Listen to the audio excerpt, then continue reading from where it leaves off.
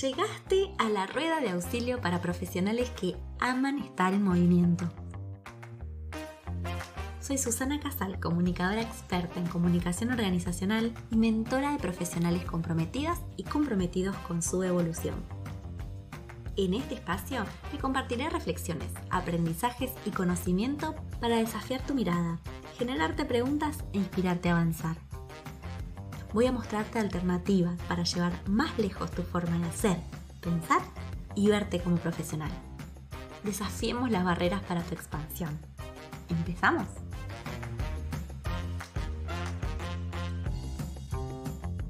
Sean muy bienvenidas y bienvenidos a otro episodio de nuestro podcast y les quiero confesar que estoy cada vez más contenta con los temas que venimos abordando porque son temas de los que si no tengo un buen rato para hablar, siempre me quedo corta. Así que los podcasts son esos espacios en los que yo les puedo dar mi mirada, dar recomendaciones y darle mucho valor en poco tiempo, ¿sí? En este momento en el que ustedes pueden estar escuchando esto, lavando los platos, haciendo ejercicio, volviendo a casa. Me encanta imaginarlos también en qué momento escuchan este podcast. Así que feliz de estar acá de vuelta con ustedes. Y hoy además les quiero traer, pero mucho valor, mucho de verdad. Hoy quiero hablar de un tema que es muy sensible, que tiene que ver con el miedo dentro de las organizaciones. Yo creo que este tendría que haber sido un especial de Halloween, pero me acordé tarde, digamos. Así que quiero hablar de un tema que es como muy sensible y muy profundo como es el miedo en las organizaciones, pero que también me va a servir de ejemplo o de excusa para empezar a hablar o abrirles las claves y las formas de hacer realmente un diagnóstico organizacional casero, digamos, desde nuestra mirada de especialistas. Y por eso les digo que esto realmente ojalá lo aprovechen y lo valoren porque es de estas cosas en las que uno no las encuentra gratuitas y abiertas al público en general. Así que te invito a escucharlo hasta el final y que si realmente te hace sentido lo que te digo, lo puedas compartir con otras personas porque es de las cosas que me parece que se tienen que empezar a divulgar más y a elevar la conversación de profesionales, ¿no? De valor realmente estratégico. Que sea un podcast gratuito no significa que tenga que ser ni superficial ni chabacano, así que de temas como livianos. Así que a mí me parece que es al menos le pongo todo el corazón y todas las ganas, así que ojalá lo puedan aprovechar. ¿Y qué digo cuando hablamos de miedo? ¿Sí? Hablo de esa emoción, de ese sentimiento que nos atraviesa a todas las personas, que tiene que ver con ese lado más humano de los profesionales, de los trabajadores, que habitualmente se esconde un poquito bajo la alfombra, ¿no? Venimos tradicionalmente de organizaciones que no se habilita nada que tenga que ver con lo humano ni con lo sensible, ¿no? En las organizaciones. Venimos de tradiciones en las que trabajo es trabajo y no hay lugar para los sentimientos. Pero lo cierto, ustedes seguramente estén en el paradigma de que los humanos sí tenemos sentimientos, sí tenemos emociones y que por supuesto esas emociones condicionan cómo nos comportamos y cómo actuamos. Entonces, empezar a hablar de el miedo y qué es lo que nos genera adentro de las organizaciones para poder generar planes de acción como especialistas que somos que lo puedan gestionar, que lo puedan abordar, que podamos tener organizaciones más sanas de trabajo, pero también más eficientes, ¿no? Porque cuando tenemos este tipo de emociones o de sentimientos rondando, también empieza a generar acciones disfuncionales para la coordinación de equipos, para los vínculos entre las personas y para los resultados de las organizaciones. Entonces, si bien esta es una mirada como más soft y más humana, también tiene que ver con una mirada de negocio y de cómo lo que sienten las personas afectan cómo hacen las cosas y eso afecta los resultados y el rendimiento de los equipos y de las organizaciones. Y quiero hablarte a vos de esto porque sos seguramente un profesional que hace comunicación interna, que hace cultura, que gestiona personas, digamos, el mundo de las personas, de los recursos humanos, y que creo que somos los encargados de tener que poner estos temas en la mesa y generar planes de acción sobre esto. No hay otras personas en las organizaciones que tengan más chances de agarrar este boleto que nosotros, con lo cual es nuestra responsabilidad hablar. Y voy a meterme un poquito en estos bloques, ¿no? Primero, en cuáles son las formas que asume el miedo, ¿no? ¿Qué es lo que nos puede dar el síntoma de que existe el miedo en la organización? ¿Cuáles son los riesgos que nos trae tener imbrincado el miedo en la organización? ¿Y cuáles son algunos pasos o claves para generar gestión, ¿no? Para generar planes de acción sobre esto que nosotros vemos que sucede en nuestra organización, ¿sí? Así que nos metemos de lleno. ¿Cuáles son las formas que asume el miedo? ¿Sí? Y blanqueémoslo. Digo, primer paso, blanquear que en las organizaciones hay gente que tiene miedo.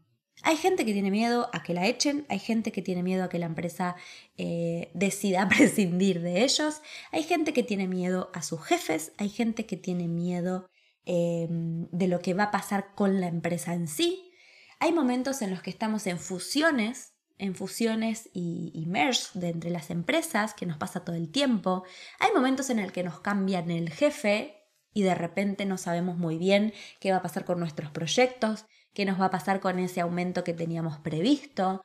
Hay momentos en los que el miedo se mete en las venas de la organización. Por ejemplo, hay miedo cuando la gente no quiere responder encuestas, ¿no? La gente, cuando hice mi curso de encuestas, esto salía un montón, ¿no? La gente no responde porque tiene miedo de lo que van a hacer con esas respuestas, de si critica o si dice algo que no está esperado o considerado, lo van a reprender. Entonces hay miedo a las represalias, hay miedo a quedar expuesto, hay muchos miedos a quedar en evidencia frente a otros por alguna vulnerabilidad, hay miedo a hacer las cosas mal. Hay miedo a que piensen que no soy suficientemente bueno para mi puesto. Y esos miedos a veces despiertan tantas inseguridades en los colaboradores que pueden llevar a tener comportamientos viles o bajos, ¿no? Es antes de que esto lo agarre otro, lo agarro yo. O voy a pasar por sobre otro, ¿no? Para tener yo ese reconocimiento, ese premio, ese puesto. Entonces me parece que de miedos hay mucho en las organizaciones. Ni hablar del maltrato y el miedo explícito. Una de las cosas que me sorprendió mucho cuando yo salí del mundo corporativo, en el cual la verdad es que yo en las grandes empresas y multinacionales no vi abiertamente o masivamente el maltrato. En general, ¿no? Eran por ahí vicios arraigados, más aislados, algunas personas que además tenían prácticas muy sutiles de maltrato, ¿no? Una violencia muy sutil, muy cínica, pero había pocos casos de maltrato abierto. Maltrato de te grito, de te insulto, de que golpeo la mesa, de que revoleo cosas. Pero cuando empecé a hablar mucho más con colegas que estaban en las pymes, me voy enterando que esto era cada vez más extendido y que esto hay un montón todavía, ¿no? Empresas familiares, donde los líderes no tienen tantas herramientas tampoco ni para comunicarse, ni para gestionar personas, ni para gestionar equipos y demás. El maltrato o la violencia verbal, incluso esa violencia física, desde revolear cosas, desde pegar portazos, es más moneda corriente. Si bien a mí en su momento me sorprendió, debo reconocer que esto evidentemente sigue sucediendo y mucho en las organizaciones. Entonces, el miedo está. Es más, me gustaría que si vos conoces otras formas de miedo también nos puedas abrir la conversación y nos lo cuentes, porque creo que en cuanto profesionales, cuanto más nosotros tengamos estas casuísticas, también podemos generar formas de abordarlas, ¿no? y de defendernos frente a eso. Entonces, ¿qué pasa cuando esos miedos de los que venimos hablando empiezan a suceder en las organizaciones? Y ahí hay mucho que nosotros con esta mirada por ahí soft de profesionales de vuelta de la comunicación o que estamos un poco más en contacto con el mundo de las habilidades blandas y de las relaciones sociales y demás, empezamos a decir, bueno, esto es inaceptable, pero nada más, decimos esto está mal que pase, esto ya no debiera suceder en las organizaciones, pero no vemos algún riesgo real y concreto, ¿sí? Entonces es importante que nosotros empecemos a detectar por qué está mal y cuáles son los perjuicios que trae a la organización, ya sea en sus resultados y también en los vínculos. Una de las cosas que yo les decía es esto, las personas con miedo actúan distinto de lo que esperamos. Por ejemplo, actúan sin reflexión. Cuando nosotros les pedimos a la gente que le ponga compromiso, que le ponga reflexión, que se comprometa con el resultado, una persona que está peleando psicológicamente por su supervivencia en el trabajo, que está esperando simplemente que no la echen, no le podemos pedir compromiso. Entonces, eso es uno de los riesgos más evidentes o más fáciles de entender. Es si tenemos a la gente trabajando con miedo, no va a dar lo mejor de sí. Pero también empiezan a pasar estas cosas que le decía, la competencia interna, las rencillas, el resguardo de la información. Como tengo miedo, entonces no comparto esto, me lo quedo para mí. Empiezan a haber más rumores en la organización y el rumor genera malestar generalizado. La gente se empieza a ir de las organizaciones, ¿sí? Es más evidente, o sea, empresa en la que no me gusta, si yo puedo elegir, me voy, no me voy a quedar acá sufriendo. Entonces hay pasos que vos podés tomar o seguir para generar un diagnóstico organizacional en tu empresa, ¿sí? El primer paso es detectar el síntoma. Es detectar eso que a vos te despierta las alertas y decís, che, esto es síntoma de que hay algo acá. Esto es algo que está pasando que veo que está mal. Nosotros creo que tenemos un superpoder particular para detectarlo porque nos entrenamos en eso, ¿no? Porque estudiamos los vínculos de las personas y demás. Pero más allá de tu corazonada, por supuesto, lo que tenemos que detectar son esos hechos concretos, ¿sí? Son esos hechos que nos dan la pauta, justamente que evidencian el síntoma de que algo anda mal. Como les decía, la gente no responde las encuestas, por ejemplo. Ese es el primer síntoma. ¿Qué está pasando acá? Que la gente no contesta las encuestas. O se está yendo gente de la organización. ¿Qué es lo que pasa? Que la gente se va de la organización o se va de esta área o no quiere trabajar con este jefe, ¿sí? Encontrar esos datos concretos que nos avalan para poder evidenciar una situación. Porque el primer paso de cualquier diagnóstico es partir de esos síntomas y evidenciar una situación. Esto es lo que pasa. El segundo paso está en evidenciar las consecuencias, en hilar cuáles son las consecuencias de ese miedo. Y esto es importante porque nos da ese sentido de urgencia sobre un tema, esto es importante de resolver, esto es urgente de resolver, y nos da la gravedad de un tema. Si nosotros, y esto es importante porque la mayoría de nosotros cuando somos muy buenos para detectar los síntomas, pero no somos capaces, como les decía, tan fácilmente de unirlo con una consecuencia de negocio, unirlo con una consecuencia de rendimiento de equipo. Nos quedamos en simplemente una cuestión del deber ser. Y con esto a veces pasa incluso con temas de género, ¿no? Muchas veces decimos, bueno, no tenemos una buena diversidad, una buena equidad interna, necesitamos que las mujeres, por ejemplo, o las minorías tengan más espacio y nos quedamos con temas reputacionales, con temas por ahí de lo que debiera ser, de imagen pública, pero no tenemos tan claro por qué esto es una palanca de negocio y qué riesgos podemos tener si nosotros no cumplimos con esto. Entonces, poder identificar, estar un paso adelante del síntoma y decirle, tenemos que trabajar en este tema por tales razones, porque esto es lo que nos va a pasar si no lo trabajamos, porque estos son casos de riesgo, estos son los riesgos latentes que tenemos, son claves para que nosotros podamos vender internamente nuestros temas, vender internamente nuestras propuestas, ¿sí? Por eso muchos planes no prosperan y es una de las habilidades que nosotros tenemos que ir desarrollando como especialistas. Entonces hablamos de síntomas, primer paso, hablamos de consecuencias o riesgos de segundo paso. Y el tercer paso es, se imaginarán, detectar las raíces, detectar las causas, tirar de ese violín o de ese hilo hasta llegar a por qué nos pasa lo que nos pasa.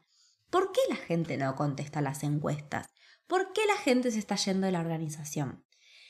Entender las causas o entender las raíces es el fundamento para poder crear un plan de trabajo asertivo, es decir, y efectivo, un plan de trabajo que ataque directamente la raíz del problema.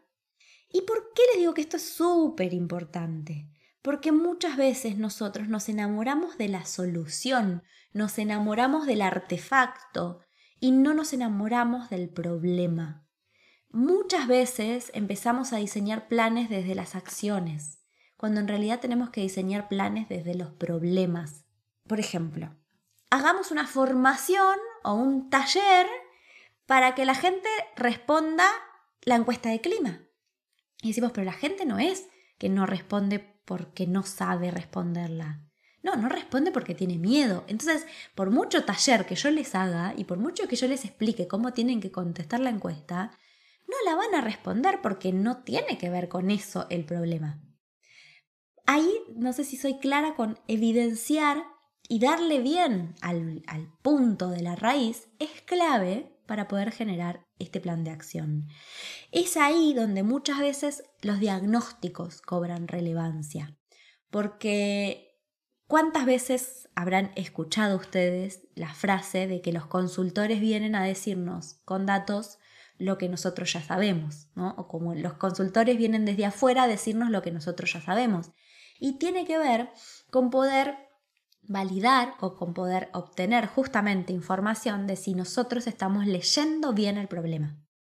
Si nosotros partimos de un mal diagnóstico, es decir, partimos de una hipótesis equivocada y generamos un plan de acción en base a una hipótesis equivocada, no va a funcionar. Discusión aparte si le hacemos caso al plan que tenemos que hacer, ¿no? Pero ese es otro cantar. Entonces, paso número 3, detectar las causas y las raíces, siendo muy honestos sobre el origen del problema.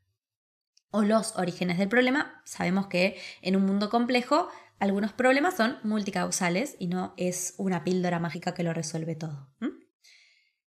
Y ya se imaginarán, el siguiente paso, el cuarto paso, es proponer el plan de acción. Y ahí es donde nos entusiasmamos todos y nos encanta generar soluciones y nos encanta generar estrategias y planes para resolver esos problemas. Y también les quiero decir que es el principal lugar donde hacemos agua los profesionales. Y es ahí donde muchas veces es donde necesitamos recurrir a los especialistas que nos vengan a ayudar y a plantearnos alternativas de solución que por ahí a nosotros no se nos ocurren. ¿Por qué? Porque somos parte del problema, porque estamos dentro de la organización. Y ahora cuando les dé ejemplos vamos a poder materializar de lo que les estoy diciendo. Pero muchas veces podemos generar un plan de acción solos dentro de la organización y muchas veces vamos a necesitar apoyo externo de consultores que nos puedan decir cómo se resuelve el problema que tenemos, ¿sí? ¿Cuál es la medicación que tenemos que tomar para ese problema? ¿Qué es lo que pasa muchas veces en las organizaciones? Y acá abro paréntesis aparte, es no nos animamos a implementar la solución, porque por ahí son medidas drásticas que no estamos dispuestos, pero ese es otro cantar. Entonces, repaso los puntos. Primero, detectar síntomas. Segundo, detectar las consecuencias. Tercero, identificar las raíces del problema. Cuarto, proponer un plan de acción. Déjenme ahora que les doy 2 ejemplos concretos en los cuales podemos poner en práctica o tangibilizar estos 4 pasos abstractos o teóricos que les acabo de dar. Voy a volver al ejemplo de las encuestas porque me encanta y porque además es algo que es muy fácil de ver, ¿no? Muy moneda corriente. Entonces el síntoma, como les decía, es: viene alguien al consultorio y dice: doctor, tengo este síntoma, las personas no responden a las encuestas. ¿Cuáles son las consecuencias de que la gente no responda a las encuestas? Que no tenemos datos fiables sobre sus percepciones, ¿sí? Esto es una, por supuesto, podemos tener más consecuencias.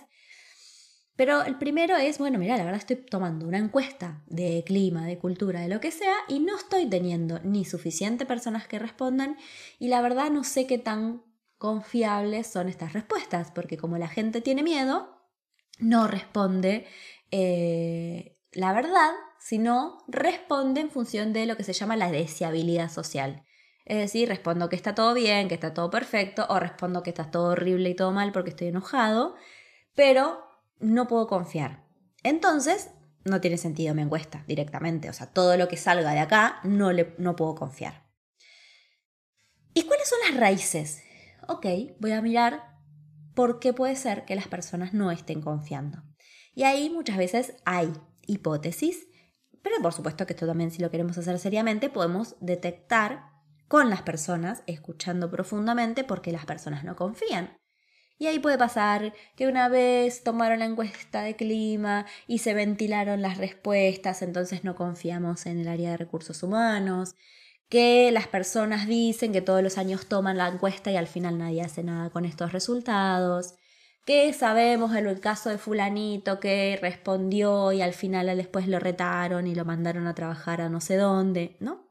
Entonces encontramos con todas esas historias que lo que hay es un gran tema de credibilidad, ¿no? Credibilidad y confiabilidad en el área que toma la encuesta o en lo que la organización hace con esos resultados. Si yo ya tengo todo ese rompecabezas armado, ¿cuál puede ser mi plan de acción? Yo creo que ahí tenemos muchos elementos para generar planes de acción creativos que atiendan a esas raíces. Si el tema es una cuestión de credibilidad, ¿cómo generamos credibilidad en la organización? ¿Sí? Entonces ahí podemos, por ejemplo, dar ejemplos de decisiones que sí se tomaron a partir de estas encuestas, brindar seguridad a las personas sobre el tratamiento de los datos, generar dispositivos hiperseguros para la toma de la encuesta. Nosotros después podemos generar desde la comunicación, desde el proceso de la encuesta, desde la campaña que hagamos alrededor de la encuesta, planes de acción que aborden directamente la causa del problema. Segundo ejemplo, un síntoma. Por ejemplo, la gente se va del área de Pepito, del área X. La gente se va, no quiere trabajar ahí, no quiere trabajar con él. Empezamos a tener reclamos en el área de personas respecto de los modos, respecto del trato, respecto del clima que hay en esa área. Esos son síntomas y de hecho son datos concretos porque podemos medir cuánta gente rotó o se fue o el tiempo de permanencia en esa área. Porque podemos ver cada cantidad de denuncias o de quejas que nosotros estamos recibiendo formalmente. Entonces los síntomas se pueden objetivar. ¿Cuáles son las consecuencias de que esto suceda? Nosotros ahí podemos empezar, ¿no?, a hilar estas consecuencias y decir, por ejemplo, la verdad es que nos cuesta retener talento. Corremos riesgo de que gente muy buena se vaya de la organización porque no tuvo una buena experiencia. También podemos empezar a ver que tal vez que las decisiones y los planes de trabajo, demoran y se ralentizan cada vez más, que los planes no avanzan. También podemos empezar a ver que se cuestiona las políticas de la empresa, porque ¿cómo puede ser que Pepito todavía siga trabajando? Que esta empresa habla de justamente de buen clima, pero tienen a Pepito acá que maltrata a la gente. Entonces empieza a deteriorarse la marca empleadora, empieza a deteriorarse la credibilidad de la empresa, empieza a extenderse todos estos rumores y son todas consecuencias que nosotros podemos visibilizar como impacto de ese miedo organizacional. ¿Y cuáles pueden ser las raíces? Bueno, probablemente tengamos que ver cómo se comporta Pepito, ¿no? Y qué es lo que está haciendo este jefe maltratador, por ejemplo, ¿no? Lo que dice, lo que hace. ¿Y cuál sería un plan de acción? Bueno, acá empieza justamente, ¿no?, el arte de las decisiones. Podemos hacer un plan de coaching para Pepito y acompañarlo a que evolucione sus prácticas. O podemos desplazar a Pepito y decirle, no estás comportándote como esperamos, de lo más soft hasta lo más duro. Obviamente estoy poniendo un ejemplo como muy, muy burdo, ¿no? Pero me refiero a que el plan de acción va a depender de la organización, va a depender de lo que la empresa esté dispuesta a hacer. Pero nosotros ya hicimos un trabajo recontra prolijo haciendo este camino de detección de síntomas, de consecuencias, de causas y proponiendo proactivamente planes de acción. ¿Qué les pareció este episodio? Yo estoy contenta porque creo que de vuelta yo lo traslado simple, lo quiero trasladar en pasos y con ejemplos concretos, pero creo que es parte de empezar a llevar nuestro pensamiento estratégico, nuestro pensamiento con método de trabajo a cualquier situación. Hoy hablamos de miedo, pero estos pasos para generar diagnósticos pueden ser de cualquier dolor organizacional. Y mezcla la cultura, y mezcla la comunicación, y mezcla la gestión de personas, porque justamente somos nosotros quienes podemos tener esa mirada multidimensional para poder evidenciar los dolores de nuestra organización y generar planes alineados al negocio que los resuelvan. Así que espero que les sirva para repensar sus acciones, que les sirva para repensar ese problema que tienen dando vuelta organizacionalmente. Y me encantaría que puedan implementarlo así, con decisiones estratégicas y presentar planes vendibles en la organización, que los decisores compren y apoyen, ¿sí? Pensamos en acciones y resultados, ¿sí? Que sean ustedes analíticos, que sean ustedes excelentes diagnosticadores de su organización. Así que gracias por llegar hasta acá. Ustedes saben que pueden contar con mi ayuda para poder entrenarte en estas habilidades, ayudarte con esos desafíos concretos que tenés en tu organización o extender estas prácticas dentro de tu empresa para que no tengas que resolverlo solo, para que en tu equipo empiecen a hablar el mismo lenguaje que vos, para que todos puedan tener esta misma capacidad de mirar la realidad y para poder trabajar sobre ella. Muchísimas gracias, nos vemos en el próximo episodio. No te olvides de recomendar este podcast, de calificarlo y de abrir conversaciones con nosotros las veces que lo quieras, lo necesites y lo desees. Un beso enorme.